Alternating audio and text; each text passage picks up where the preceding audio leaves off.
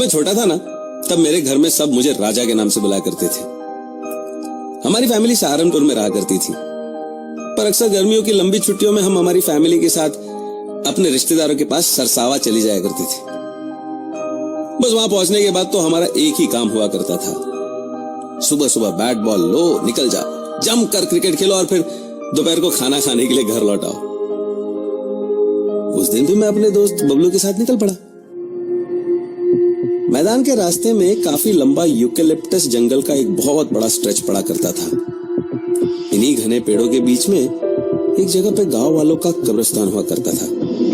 वहां सारी कब्रें कच्ची थी, यानी छोटे छोटे टीले जैसी, जिसके बारे में लोग कई तरह तरह की बातें किया करते थे। नेचुरली हमें भी इस कब्रिस्तान से दूर ही रहने के इंस्ट्रक्शंस थे, पर बचपन की मस्ती में बड़े बूढ़ों की बातें कहाँ समझ में आती है यार। इसलिए शॉर्टकट लेकर हम कब्रिस्तान के बीच में से ही जाया करते थे। उस दोपहर भी हम लोग और दिनों की तरह खेल के उधर से ही लौट रहे थे। जून की दोपहर थी और हवाएं और उनसे उड़ती सूखी पत्तियां अजीब सी आवाजें कर रही थी।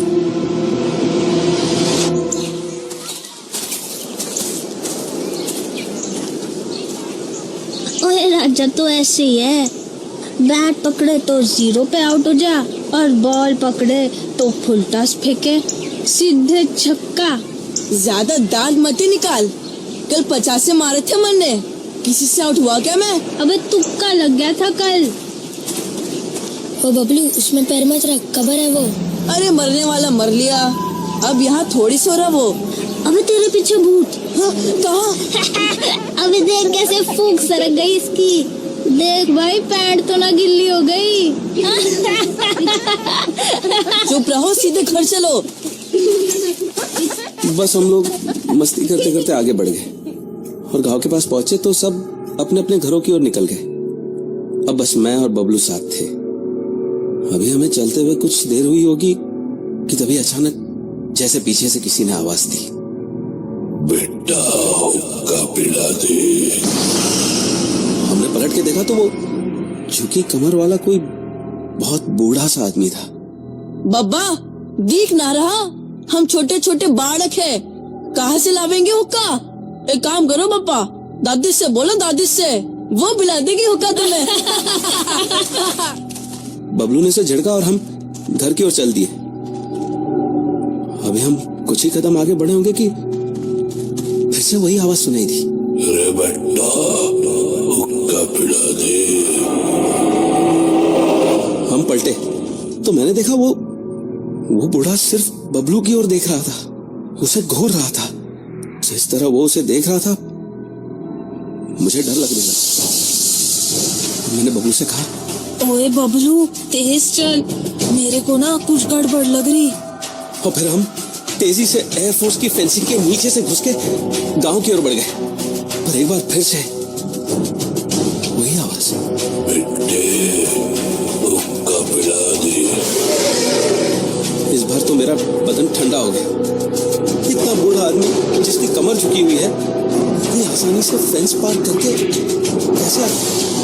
तो जितनी तेज हम चल रहे थे उसकी बराबरी वो कैसे कर सकता था? मैंने बबलू का हाथ कस के पकड़ा और उसे लगभग खींचता सा गांव की ओर दौड़ पड़ा। अरे क्या हो गया तुझे?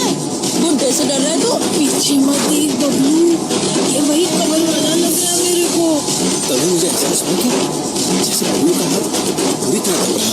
बबलू देखो तो बुखार हो रहा है, कैसा जल रहा है तेरा हाथ। अरे कोई बुखार ना है मुझे, बुखार तो बबलू के पास भी ना मिलेगा। पर अब तक वो खुद भी बहुत डर चुका था। मैं जानता था कि वो जो भी है मेरा नहीं बबलू का पीछा कर रहा है, क्योंकि वो सिर्फ बबलू को ही घूर रहा था। मैंने बबलू का बुखार से तपता हुआ हाथ और कस के पकड़ लिया और तय कर लिया कि कुछ भी हो जाए मैं बबलू का हाथ किसी कीमत पर नहीं छोड़ूंगा। और हम घर की ओर लगभग भाग ही रहे थे, पर अभी भी वो आवाज हमारा पीछा छोड़ने को तैयार नहीं थी।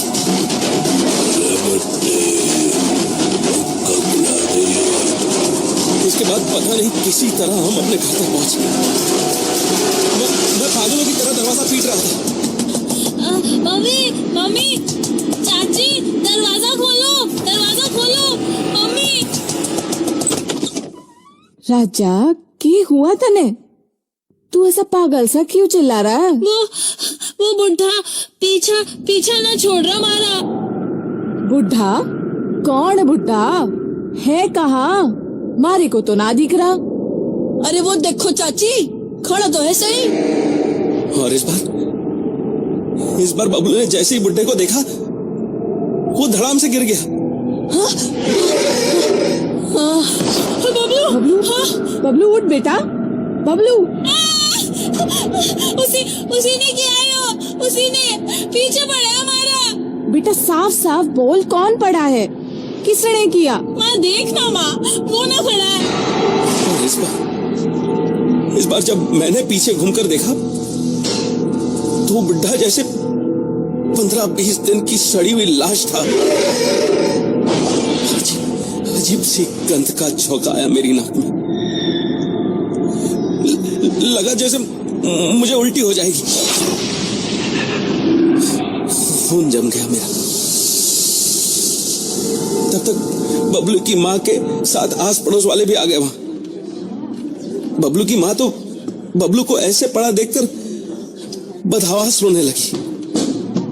क्या हो गया मेरे बच्चे को? उठ बबलू, बबलू उठ, इधर देख। बबलू, कोई से उठाओ, मेरे बच्चे को देखो क्या हो गया है। बबलू उठ, कोई तो देखो ऐसे। बबलू, बबलू अपनी माँ की तरफ देख। बबलू, किसी को तो बुलाओ, कोई डॉक्टर, ओझा, किसी को तो बुलाओ, मेरे बच्चे को उठाओ। बबलू। किसी को कुछ समझ में नहीं आ रहा था कि आखिर बबलू को हुआ क्या है। वो तो बिल्कुल बेजान सा पड़ा था। कोई उस पर हवा कर रहा था, कोई उसके चेहरे पर पानी के छींटे मार रहा था। मन ने तो लगे है, भूत ने पकड़ लिए है। हाँ, जिन लगे हैं मन तो। हटो हटो हटो, भीड़ मत लगाओ, हटो। सबको वहम हो गया दिखे। सुन राजा, पहले तू यो बता कि थारे साथ हुआ क्या? चाचा, वो बुढ़ा पीछे पड़ा है हमारे। उसी ने बबलू को मार दिया। राजा बेटे रो मत, कुछ लाऊंगा बबलू को। अच्छा सुन, अब यो बता, वो बुढ़ा तेरे को अब भी दिख रहा? अच्छा यो बता कि वो बुढ़ा कहाँ खड़ा है? वो सामने, वो बस बबलू को देख रहा है। उसे बदला ले रहा है वो चाचा। बदला? भाई साहब, यो इसका वहम ना हो सके ना। बात मान मारी, यो वहमना है। तू एक काम कर, जाके कलीम हाजी ने बुला ला, जाके जा भाग के जा। जी अच्छा। और तू खड़ी यहाँ क्या मुंह ताकरी मारा? जाके भीतर से 4 पाई लिया जा। ये अजीब बात थी कि वो बड़ा गला बुढ़ा सिर्फ मुझे दिख रहा था और उसके बदन से आने वाली सड़न भी मुझे को महसूस हो रही थी। उन्होंने 4 पाई लेकर बबलू को उस पर लिटाया था कि सामने से कलीम हाजी हमारी ओर भागते हुए नजर आए और हम भी वो हमारी ओर भाग ही रहे थे।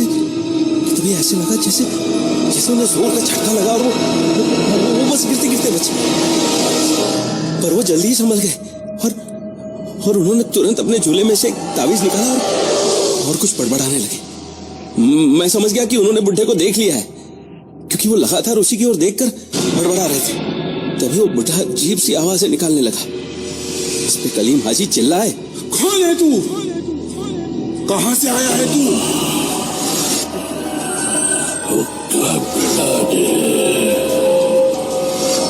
मेरी बात का जवाब नहीं देता, यही गाड़ दूंगा तुझे। बोल, कहाँ से आया है तू?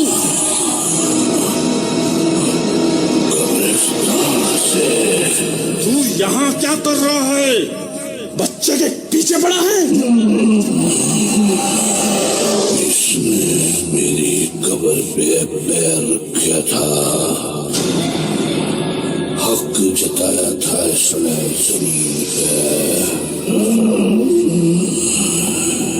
इसने उसी जमीन पे भेजूंगा मैं। इसकी जमीन दूंगा इसने, वही लिटाऊंगा जमीन के नीचे से। बुड्ढे का इतना कहना था कि तभी बबलू का चारपाई पे पड़ा हुआ बदन बुरी तरह कांपने लगा।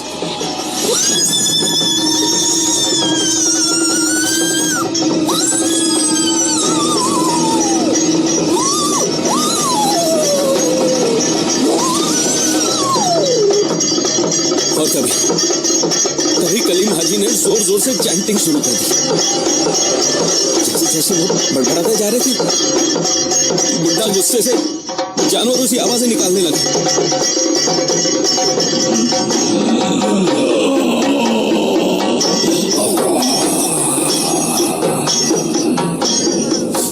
नादान है वो, बच्चा है अभी, भूल हो गई उससे। तुझे इतनी सी बात समझ नहीं आती।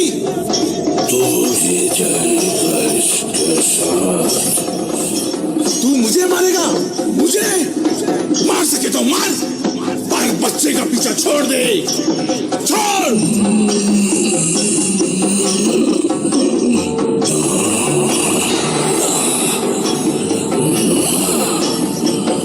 उसको तो मैं उसकी जमीन दिलाऊंगा, उसको ना छोड़ कर जाऊंगा मैं।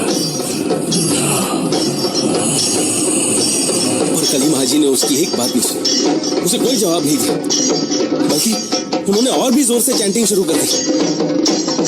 इस पर बुड्ढा और जोर से चीखने लगा और बबलू का बदन ऐसे कांपने लगा कि अब चारपाई धड़ाम धड़ाम की आवाज के साथ जमीन से टकराने लगी।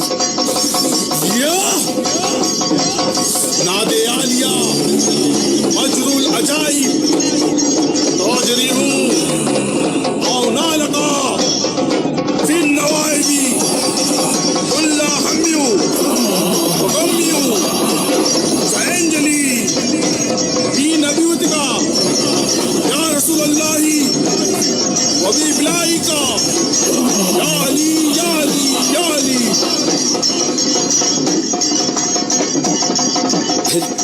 फिर कलीम हाजी वैसे ही बड़बड़ाते हुए उसकी ओर बढ़े और उन्होंने उसकी ओर फूंका।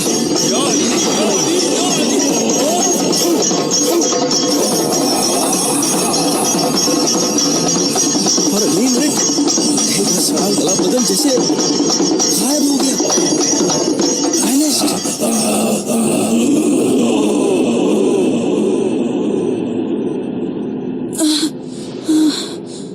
तभी बबलू का कांपना भी बंद हो गया और वो दर्द से कराने लगा। मम्मी, माँ। ओ हाजी चाचा, चला गया कि था कौन वो? चला गया वो, पर आज के बाद कोई मत जाना वहां। बहुत बुरी रूह है वो, जिन्नात की ताकत है उसमें। वो कुछ भी कर सकता है, कुछ भी कर सकता है। कोई मत जाना वहां, बिल्कुल मत जाना। या अली। तब तो सब कुछ नॉर्मल हो गया, पर उसके बाद मैं कई दिनों तक बुखार में पड़ा रहा। शायद डर गया था मैं, और उसी डर ने इस वाक्य को हमेशा के लिए मेरे दिमाग में छाप दिया। बबलू से अनजाने ही सही